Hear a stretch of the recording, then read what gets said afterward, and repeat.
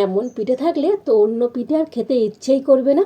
এভাবে একবার বানিয়ে খেয়ে দেখুন, খেতে হবে তো পুরো অমৃত সমান। আর এভাবে পিঠে বানিয়ে যাকে খাওয়াবেন তো এত প্রশংসা করবে, এতে ভাবতেই পারবেন না। এই শীতে এইভাবে একবার পিঠে বানিয়ে দেখুন, বাড়ির প্রত্যেকে ভীষণভাবে পছন্দ করবে। নমস্কার বন্ধুরা, রূপার রন্ধনশালায় আপনাদের সকলকে অনেক অনেক স্বাগত জানাই। তো চলে এসেছি আজকের আবার একটা পিঠে রেসিপি নিয়ে। তো সামনে পৌষ পার্বণ, আর এই পৌষ পার্বণে আপনারা তো বাড়িতে নানা রকমের পিঠে তৈরি করে খান। তো একবার আমার মতো করে এই পিঠেটা তৈরি করে দেখবেন। আজকে তো আমি একটা খুবই সহজ সুন্দর পিঠে রেসিপি শেয়ার করব। তো খেতে লাগবে তো একেবারে অমৃত সমান। একবার এইভাবে পিঠে বানিয়ে খেলে তো বারবার খেতে ইচ্ছে করবে। তো আপনারা সঙ্গে থাকুন আর প্রথম থেকে শেষ পর্যন্ত পুরো রেসিপিটা দেখতে থাকুন। আশা করি আজকের রেসিপিটা আপনাদের অনেক অনেক ভালো লাগবে। তবে চলুন দেরি না করে শুরু করে দিই আজকের রেসিপিটা। তো দেখুন, আজকের রেসিপির জন্য এখানে আমি 1 মুঠোর মতো গোবিন্দভোগ চাল নিয়েছি। তবে চালটা আমি ভিজিয়ে রেখেছিলাম, তারপরে জল ঝরিয়ে নিয়েছি। তো দেখুন, চালের গায়ে একটুও জল নেই, তবে আধ ঘন্টা আমি জলের মধ্যে ভিজিয়ে রেখেছিলাম। আর এবার আমি একটা মিক্সির জার নিয়ে নিয়েছি, আর এই চালটা এখন আমি মিক্সি জারের মধ্যে নিয়ে নেব।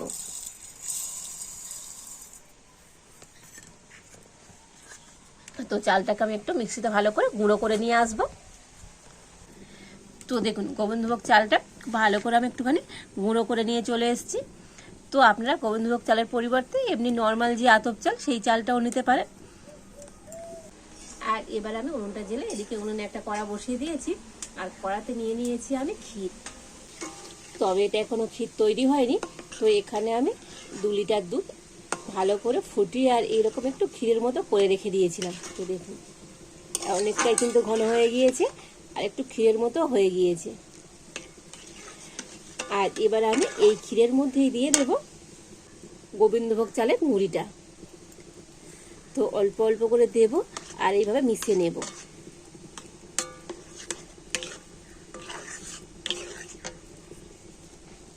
তো এইভাবে করে নিলে ক্ষীরটা যেমন একটু পরিমাণে বেশিও হবে, আর খেতেও দারুণ লাগবে। এই গোবিন্দভোগ চালের তো খুব সুন্দর একটা ফ্লেভার হয়। তো ক্ষীর আপনারা একবার এইভাবে তৈরি করে দেখবেন, তো ক্ষীরের টেস্টটা হবে একেবারেই অন্যরকম। তবে খুব বেশি লাগবে না। তো এখানে আমি 2 লিটার দুধ নিয়েছি, তার জন্য 1 মুঠো গোবিন্দভোগ চাল নিয়েছি। তো 1 মুঠোর মতো চাল দিলেই হয়ে যাবে। আর এইভাবে নেড়ে চেড়ে চালের গুঁড়িটা খুব ভালো করে মিশিয়ে নেব।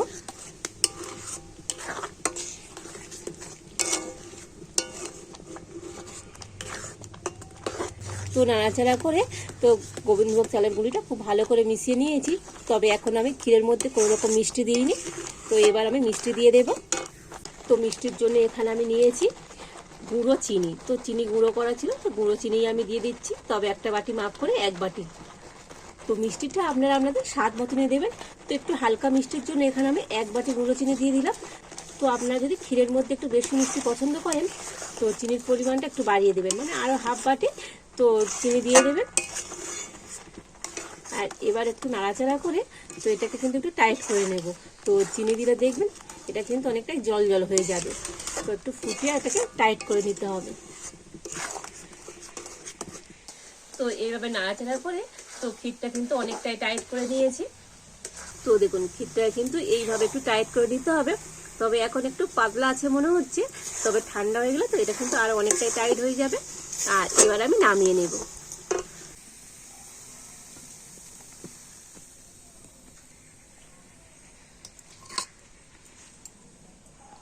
আর এবারে আমি নিয়ে নিয়েছি এখানে শুকনো আতপ চালের গুঁড়ি। তো এই বাটি মাপ করে আমি 3 বাটি চালের গুঁড়ি নিয়ে নেব।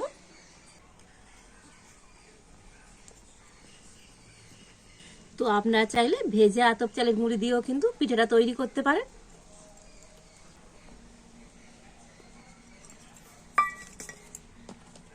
তো চালের গুঁড়ির মধ্যে অল্প একটু সামান্য পরিমাণে লবণ দিয়ে দিচ্ছি।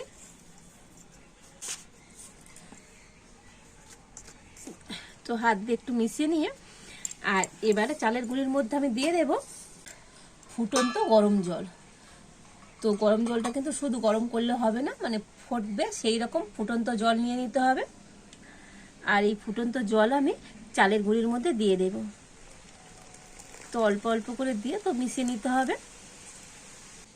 তো যেহেতু ফুটন্ত গরম জল, তো হাত দিয়ে প্রথমে মাখানো যাবে না। প্রথমে আমি একটা হাতা নিয়ে নিয়েছি, তো হাতার সাহায্যে এইভাবে একটু মিশিয়ে নেব।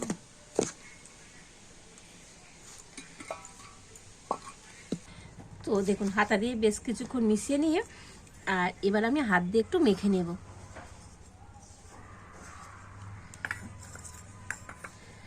যদিও গরম আছে তো একটু হাত দিয়ে এরকম নাড়ি চাড়ি দিতে হবে।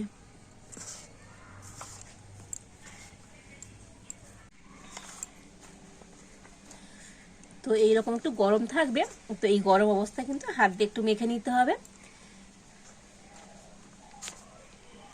তো এই ডোটাকে তো একটু এরকম হাত দিয়ে ভালো করে ঠেসে ঠেসে মেখে নিতে হবে। আর খুব টাইট করে একবারে মাখলে হবে না, একটু নরম রেখে মাখতে হবে। তো দেখুন ডোটায় কিন্তু খুব সুন্দর করে হাত দিয়ে ভালো করে ঠেসে ঠেসে মেখে নিয়েছি। আর ডোটা এই দেখুন এইরকম একটু নরম থাকবে। তো দেখে বুঝতে পারছেন ডোটা কতটা নরম করে মেখেছি। আর এবার আমি হাতটা ধুয়ে হাতে একটু ঘি লাগিয়ে নিয়েছি। আর এই ডো থেকে এবার আমি কয়েকটা লেচি কেটে নেব। তো অল্প করে নিয়ে নিলাম আর এটা দিয়ে এখন লেচি কাটবো। আর এই ডোটা এখন আমি ঢাকা দিয়ে রেখে দেবো, যেহেতু চালের গুঁড়ি তো এটা কিন্তু অনেকটা টাইট হয়ে যাবে।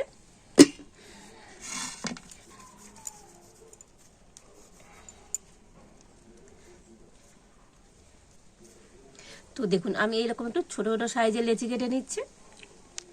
তো পিঠেগুলো আপনারা আপনাদের পছন্দ মতো ছোটো বড়ো সাইজের করতে পারেন।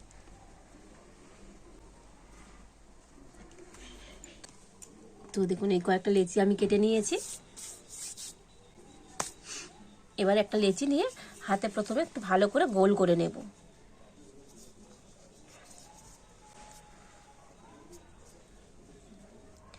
তো দেখুন সুন্দর করে গোল করে নিয়েছি। এবার একটা বাটি তৈরি করে নেব।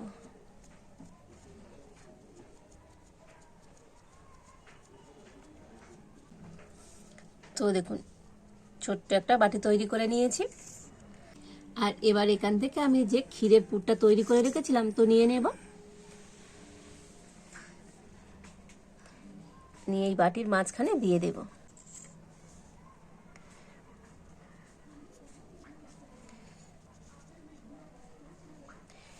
তো দিয়ে এটাকে এবার মুড়ে নেব। তো পিঠেগুলো আমি একটু ছোট ছোট করে তৈরি করছি, এতে করে দেখতে ভালো লাগবে। তো দেখুন মুখটাকে ভালো করে প্রথমে মুড়ে দিয়েছি। আর এবার আমি মুখটাকে এইভাবে করে আবারও মুড়ে নেব।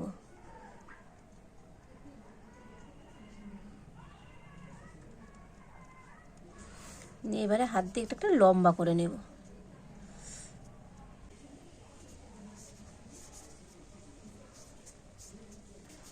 তো দু সাইড একটু সরু করে দিয়েছি আর মাঝখানটা একটু মোটা আছে। পিঠের শেপটা আমি ঠিক এইভাবে করে তৈরি করে নিয়েছি। তো পিঠেগুলোকে আপনারা চাইলে এইভাবে রাখতে পারেন। তো দেখার সৌন্দর্যের জন্য পিঠেটা আমি একটু ডিজাইন করে নেব, তার জন্য একটা চিমটে নিয়ে নিয়েছি। তো চিমটে নিয়ে তো প্রথমে পিঠেটাকে আমি এইভাবে দাগ দাগ করে দেব।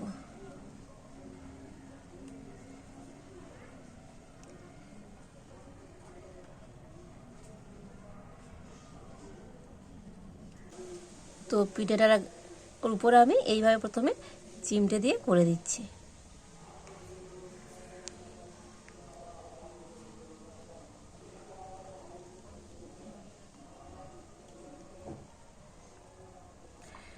আর এবার আমি একটা কাঠি নিয়েছি।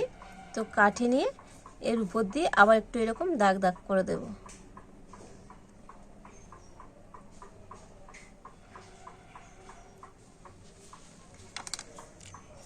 তো পিঠের একটা সুন্দর ডিজাইন তৈরি হয়ে গেল, দেখতে কত সুন্দর লাগছে দেখুন। তো দেখুন এই একটা আমি পিঠে তৈরি করে নিয়েছি। আর এবার আমি প্লেটের মধ্যে রেখে দেব। তো দেখুন আরও একটা লেচি নিয়ে হাতে গোল করে নিয়েছি।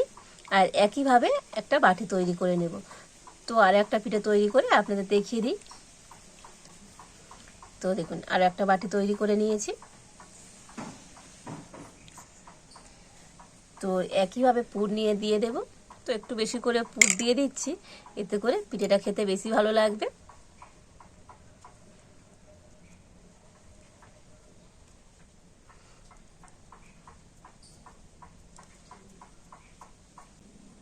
তো একইভাবে মুড়ে নেব।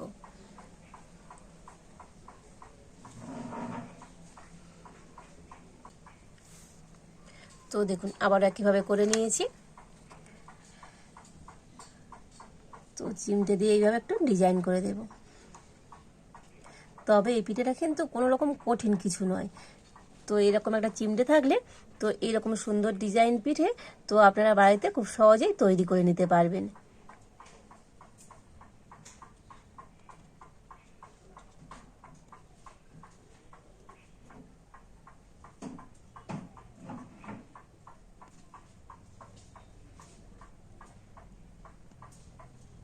একইভাবে কাঠি দিয়ে তো এইরকমভাবে দিয়ে দেব।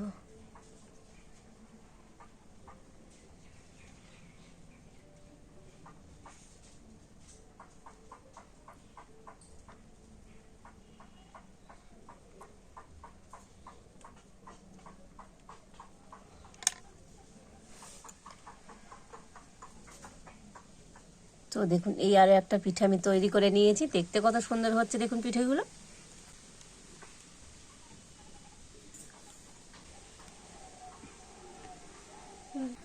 আর এই একইভাবে করে বাকি সমস্ত পিঠেগুলো আমি তৈরি করে নেব। তো আরও একটা সহজ ডিজাইনের পুলি পিঠে তৈরি করে দেখিয়ে দিই। তো আবার আমি একটা এরকম বাটি তৈরি করে নিয়েছি, একইভাবে পুর দিয়ে দেব।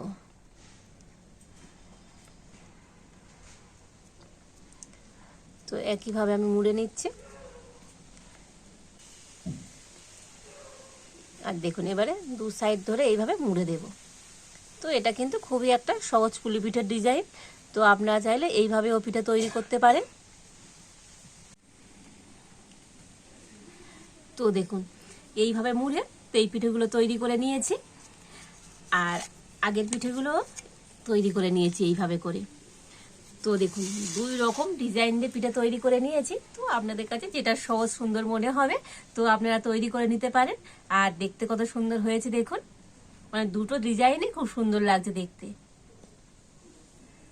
আর এবার আমি একটা এরকম ছিদ্র করা থালা নিয়ে নিয়েছি। তো পিঠেগুলোকে এই ছিদ্র করা থালার মধ্যে নিয়ে নেব। আর এই থালার মধ্যে আমি একটু ঘিও লাগিয়ে দিয়েছি। আর এবারে পিঠেগুলোকে এই ছিদ্র করা থালার মধ্যে নিয়ে নেব। তবে গুছিয়ে গুছিয়ে নেওয়ার কোনো প্রয়োজন নেই, এইরকম এলোমেলো ভাবে নিলেও হবে, তাতে কোনো অসুবিধা নেই।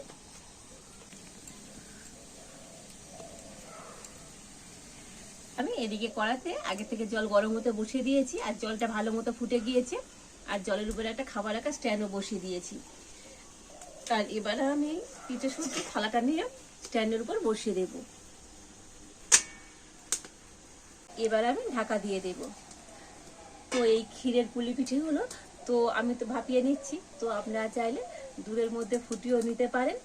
আর এই ক্ষীরের পুলি পিঠেগুলো ভাপাতে খুব বেশি সময় লাগবে না, 10 মিনিট হলে হয়ে যাবে। তো 10 মিনিট পর আপনাদের দেখাবো আজকের এই পুলি পিঠেগুলো কেমন হয়েছে। তো 10 মিনিট আমি পিঠেগুলোকে ভাপিয়ে নিয়েছি। আর দেখুন পিঠেগুলো কিন্তু খুব সুন্দরভাবে ভাপানো হয়ে গিয়েছে। তো হাত দিলে বুঝতে পারবেন পিঠেগুলো আগের থেকে অনেকটাই টাইট হয়ে যাবে আর কালারগুলো একটু চেঞ্জ হয়ে যাবে। তো এবার আমি এই পিঠের থালাটা নিয়ে নামিয়ে নেব। তো পিঠেগুলো নামিয়ে রেখে একটু ঠান্ডা করে নিয়েছি। আর এবার আমি পিঠেগুলোকে ছিদ্র করা থালা থেকে তুলে নেব।